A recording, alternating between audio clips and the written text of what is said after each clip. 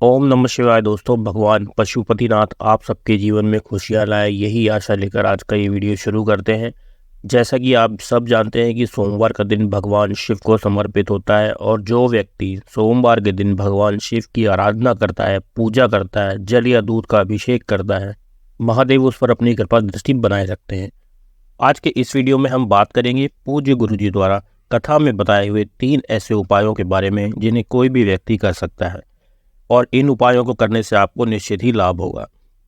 आप ये उपाय अपनी नौकरी के प्रमोशन के लिए, किसी काम के अटकने पर, परीक्षा में पास होने के लिए या किसी की शादी में अगर कोई अड़चन आ रही है तो उन अड़चनों को भी दूर करने के लिए कर सकते हैं। आज का ये उपाय उन लोगों के लिए है जिन्हें लगता है कि उनका यश कम हो गया है। आपने ऐसा कई बार महसूस किया होगा कि पहले समाज में, दोस्तों में या ऑफिस में आपका बहुत प्रभाव होता था। आपकी बातें सुनी जाती थी, आपकी सलाह मांगी जाती थी और आपकी बातों पर अमल किया जाता था।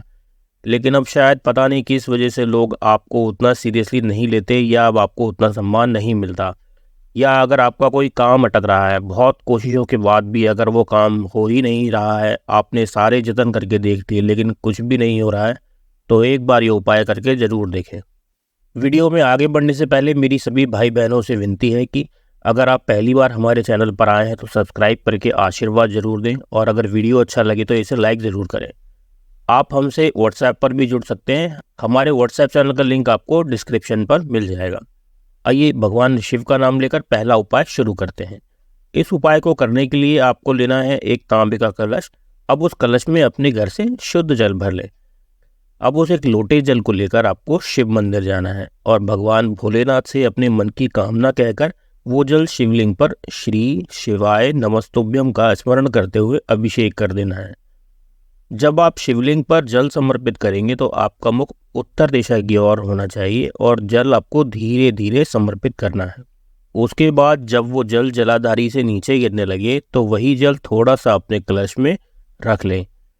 अब उस लोटे में जो जल है उस जल में अपनी 3 उंगलियां डालकर, जैसे शिवलिंग पर त्रिपुंड लगाते हैं वैसे ही जल का स्पर्श आपको अपनी 3 उंगलियों से भगवान शिव के त्रिशूल पर स्पर्श कर देना है और फिर वापस वो 3 उंगलियां कलश में जल से टच करवा देनी है।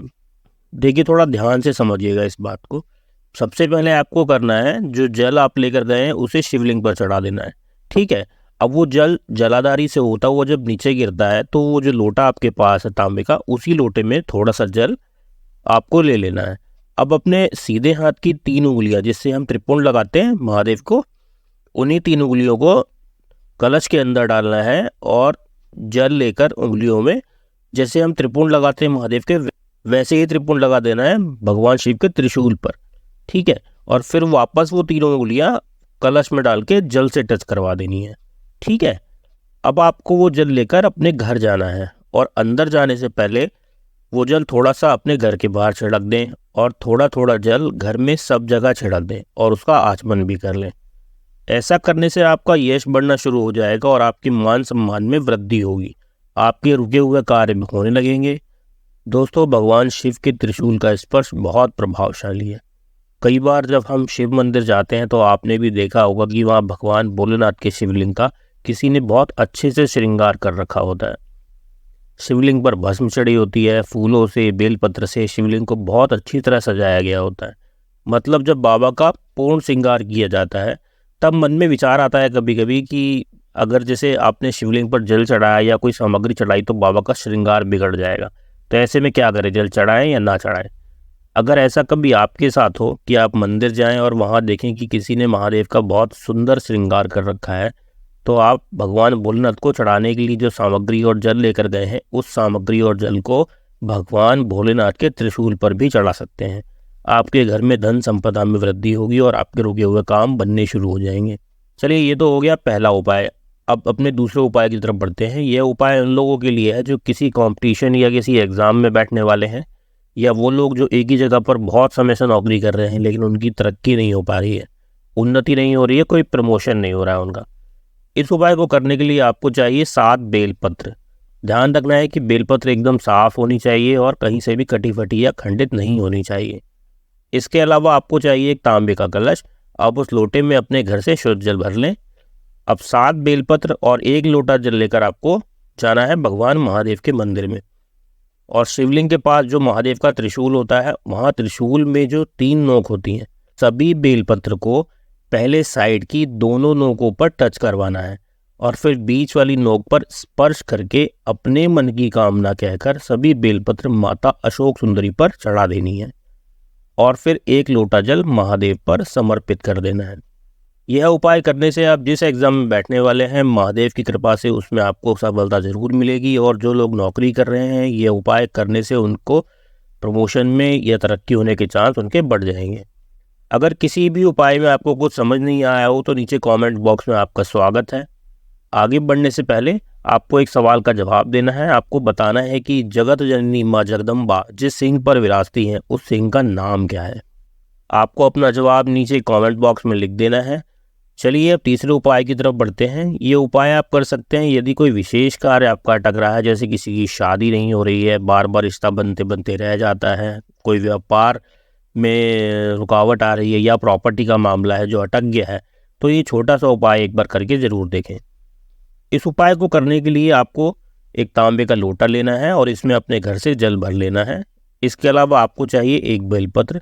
ध्यान रखें कि बेलपत्र एकदम साफ होनी चाहिए और कहीं से भी कटी वटी नहीं होनी चाहिए। अब आपको जाना है शिव मंदिर। यहाँ थोड़ा ध्यान से समझना है। देखो, जब आप घर से मंदिर की तरफ जाओगे तो उस बेलपत्र को अपने सीधे हाथ में रख लेना है और जो जल का पात्र है, जो कलश है, उसको उसके ऊपर रख लेना है। ठीक है, पहले बेलपत्र रखनी है सीधे हाथ में, फिर उसके ऊपर वो कलश रख लेना है जल वाला।